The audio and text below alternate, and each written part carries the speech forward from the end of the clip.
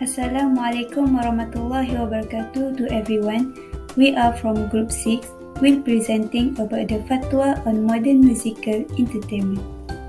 Our group consists of 5 members, which are Nurul Syazwani binti Zakaria, Fatih Najwa binti Faisal Hisham, Nadira binti Aziz Kamil, Fatini binti Shamlin, and Ashraf bin Jalani.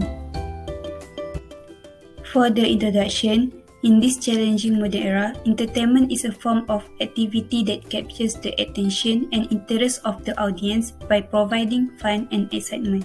Humans have a natural desire to be entertained.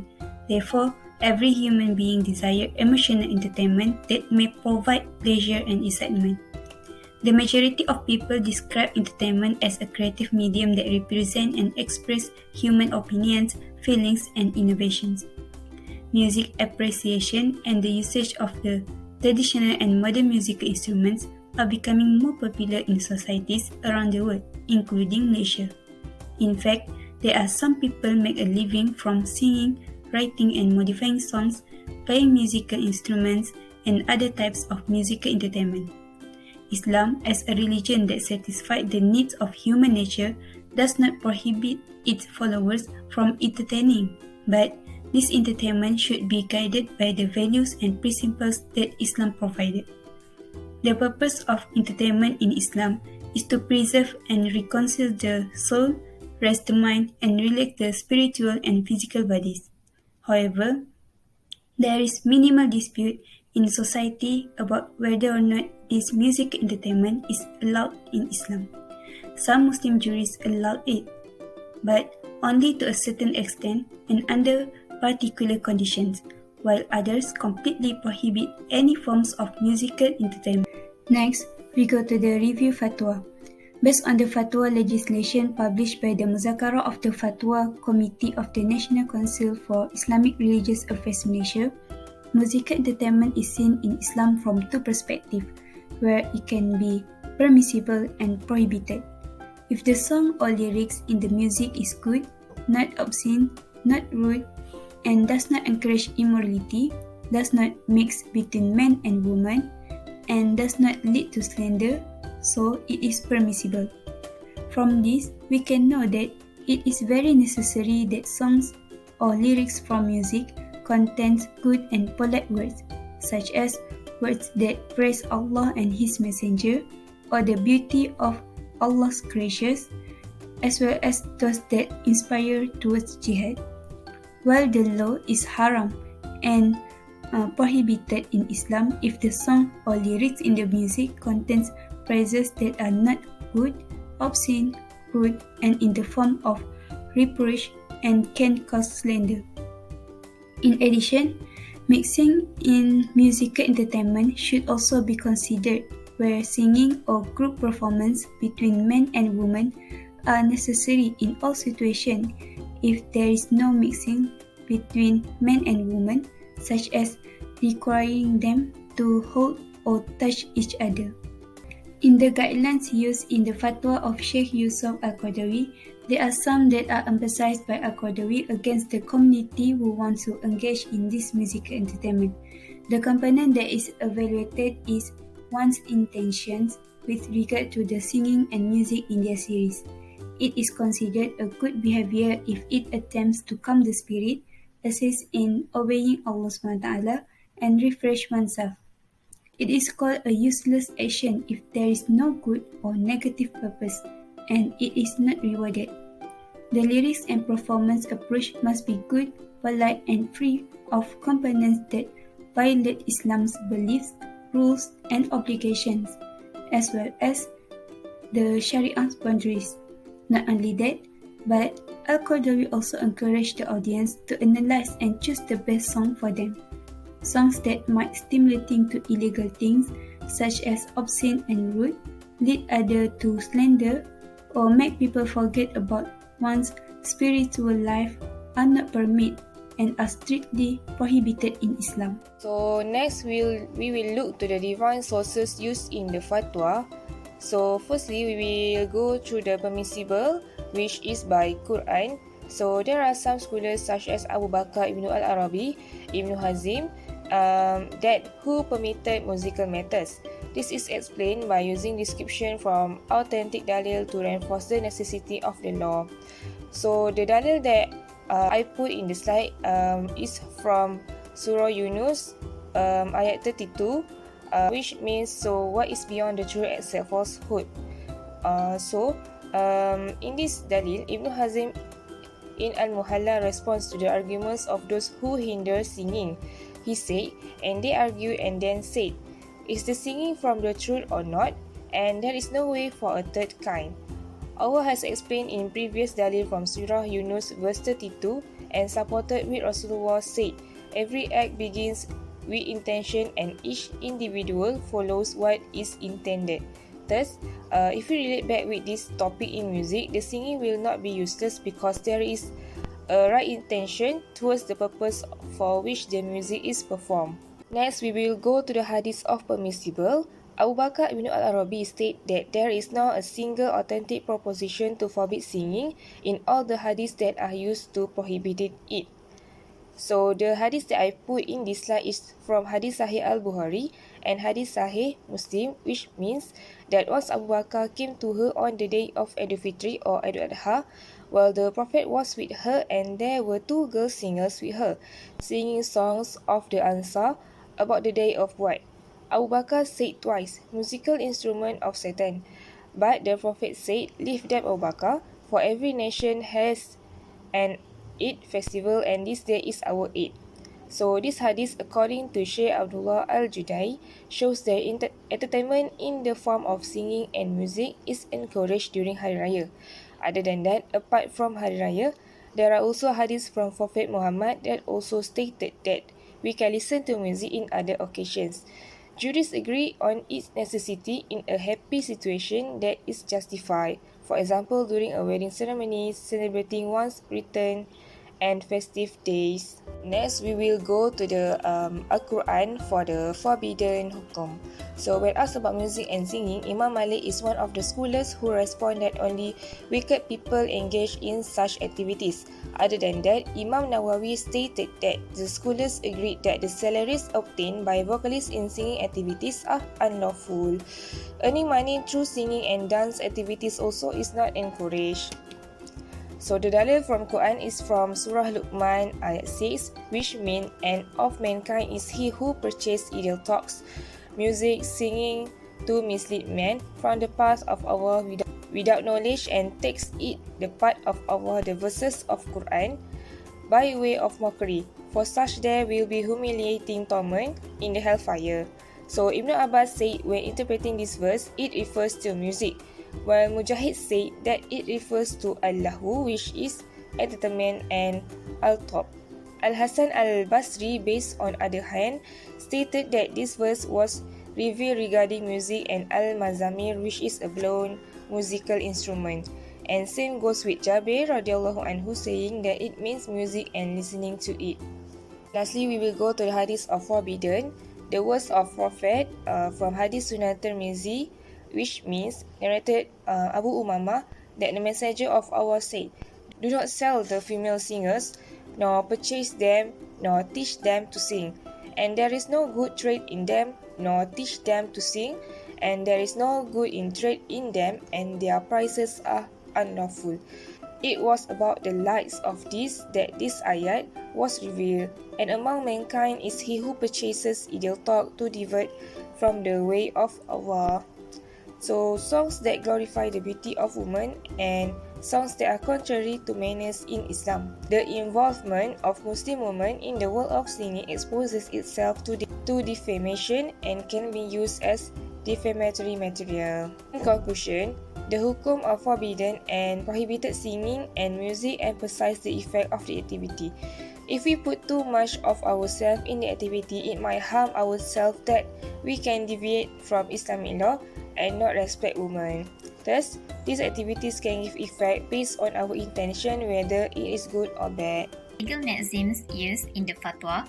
There are two rulings regarding the music which are permissible and forbidden. The first one is permissible. The legal maxim used is al-aslu fi al-ashya al-ibaha, meaning the original rule of something is its permissibility. This maxim already answers that the ruling of music is permissible. This is because there's no dalil of prohibitions on music, and good music could cause no harm. As for the evidence from hadith, they are used as the basis of the scholars that prohibit singing. All of them are flawed and none of them is spared for reproach, either about subuts, which means its narration, or its guidance, or both. When the dalils that prohibit it have fallen, thus, the music remains with the original rule, which is permissible, given the abundance of legitimate nas that legalize it. Next is the legal maxim used for the forbidden ruling of music, which is ad-dororu yuzal, means harm is to be eliminated. This illustrates the clarity of music impact on all sorts of Sharia prohibited harm. For example, music that is prohibited can be described if the music involves an element of maksiyah, which makes the listener hear the maksiyah things and could impact on his iman. Thus, the harm of bad music should be avoided.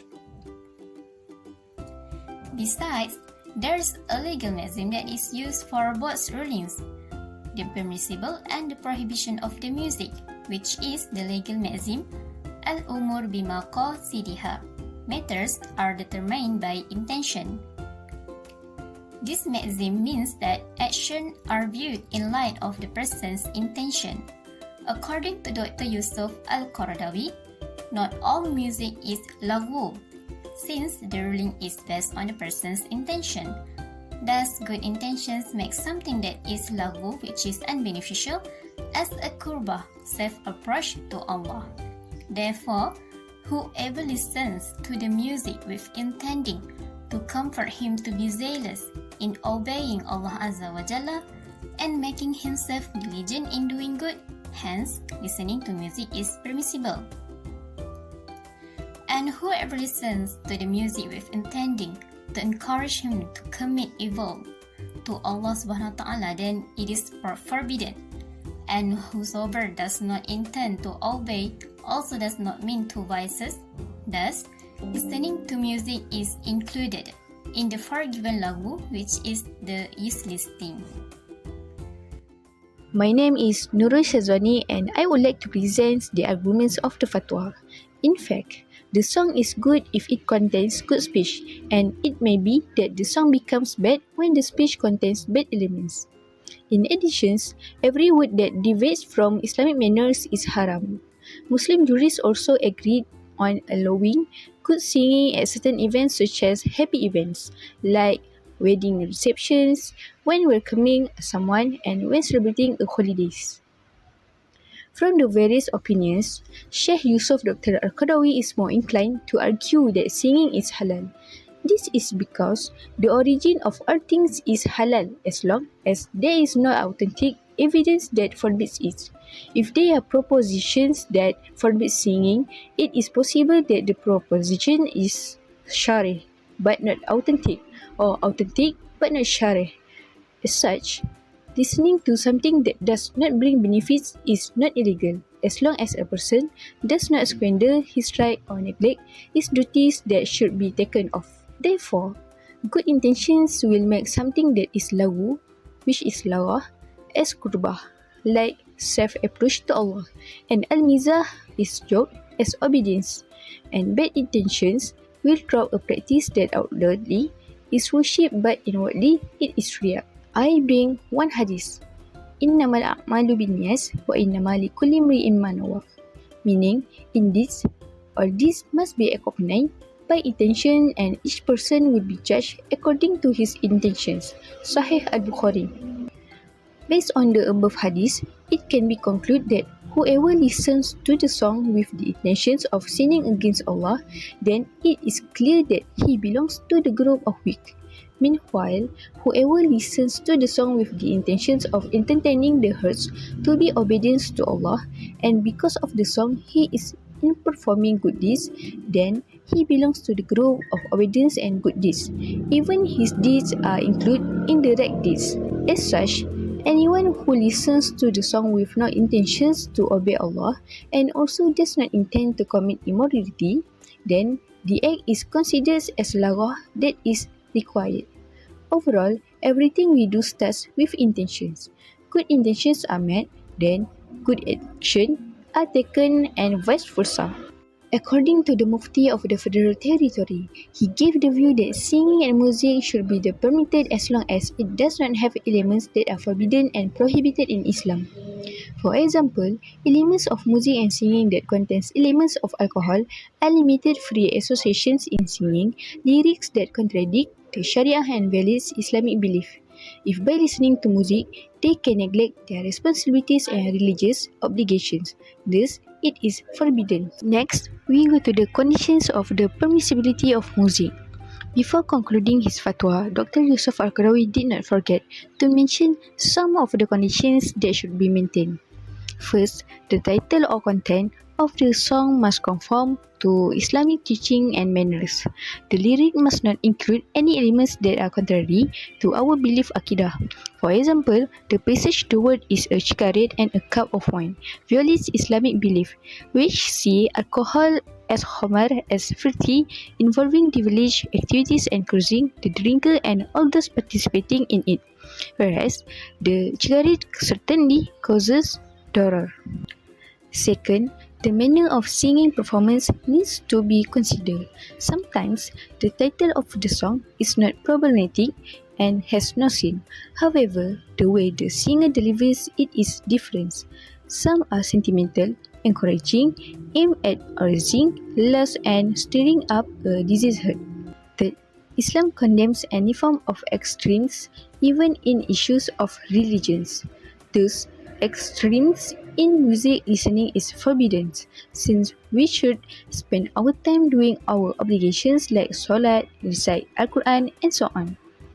And the last one is avoid listening to songs with maksiat and lagu elements such as pornographic elements. This is because song lyrics also plays an important role and will have a big influence on the listeners. Now we are going to the argument of the fatwa that prohibited the musical instrument. There are only some of them that require certain musical instrument in certain circumstances. We are quote below some of their views. Among the views that ban music and singing was Imam Malik. Imam Malik was once asked about music and singing, and he said only weak people were involved in such activity. Then, according to Shaykh al-Islam Ibn Taymiyyah, listening to song causes terrible harms to one religion. There is no other way other than to close the way so as not to hear it. He also added, should not produce musical instrument and can be destroyed by the majority of fuqaha. He even mentioned that musical instruments are wine to the human soul. And now another quote that according to Imam Nawawi, the scholars agreed on the illegality of wage earned by singers in singing activities. This is also the views of Ibn Abidin in his Hashiyah. And then Imam Ibn Hajar al-Haytami, on other hand, after quoting the consensus of the prohibition of the musical instrument, has stated that whoever states that there is a khilaf in this issue, he has made a mistake or is dominated by lust until it defines hymns and blind hymns. Ibn Qudamah said, whoever makes music an occupation or takes children and slaves to sing and be attended by the people, then such a person does not receive testimony from him. This is because music on the part of those who do not ban it is a folly, humiliation and degrading, while on the part of those who ban music, it is a sin and the perpetrators are considered that have manifested disobedience, and wickedness. And Imam al-Qurtubi also narrated the view of al-Qafal that the testimony of singer and dancer was not accepted, and al-Qurtubi added, therefore, taking wage and income from singing and dancing activity is also not allowed. And then we are going to the causes Muakhirin scholars are hard on song problem. The first one take a courteous stance instead of taking the easy one. The ancient scholars indeed took the easiest, while the modern scholars tend to be careful or hard. This can be seen from the development of the explanation of fiqh and fatwa since the time of the companion and the time after. And the second one of the causes Muakhirin scholars, the interested in weak and false hadith. Indeed, most of the fuqaha mutaakhirin are threatened by the existence of weak or false hadith that fill the books.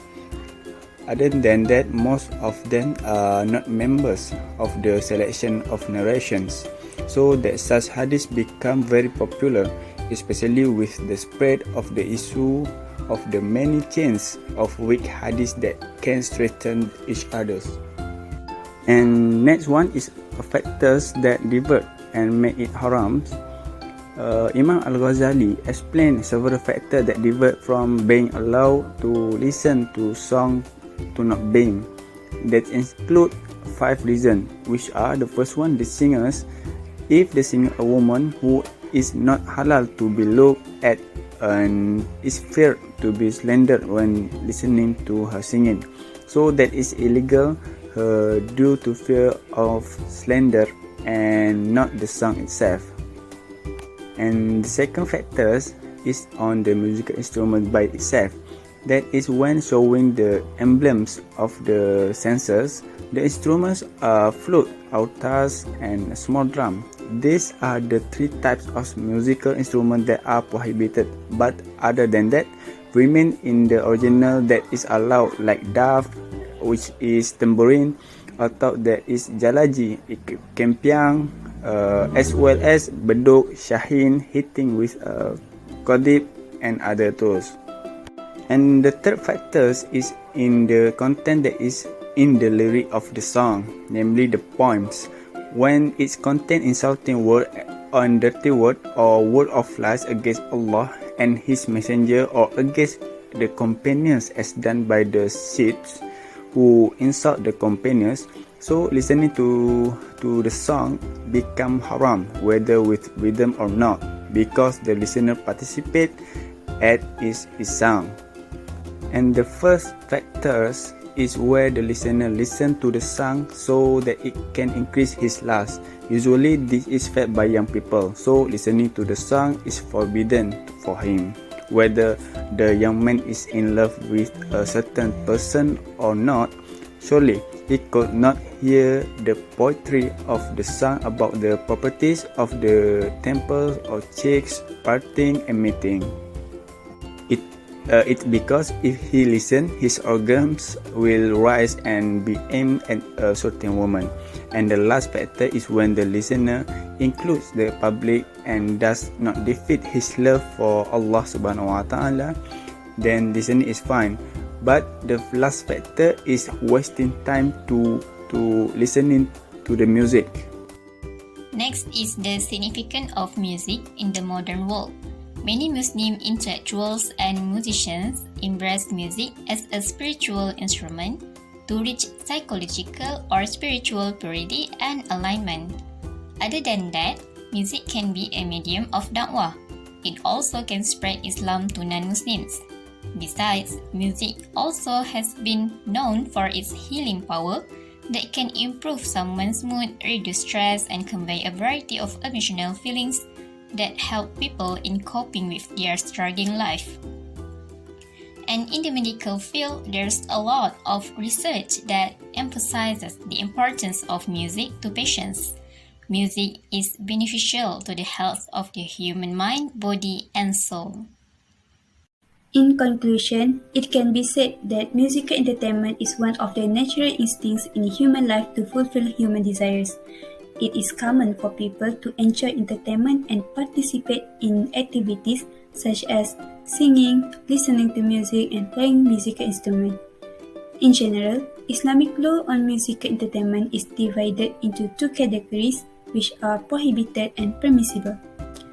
Prohibition of music can occur on the factor of having an element of immorality or negligence. Both past and contemporary scholars have agreed on the prohibition of any song or music and all forms of musical entertainment that contain elements that are clearly illegal, such as encouraging adultery, alcohol consumption, passionate dancing, and lyrics that show violence and also betray the faith and law of Islam. These elements can lead to disobedience and negligence, even forgetfulness of God. However, not all music is prohibited. Singing and music are obligatory when the music has good elements, such as message of advice, engaging toward goodness, and is in the form of preaching and promoting to Sharia and Islamic beliefs. That's all from us. Thank you for listening.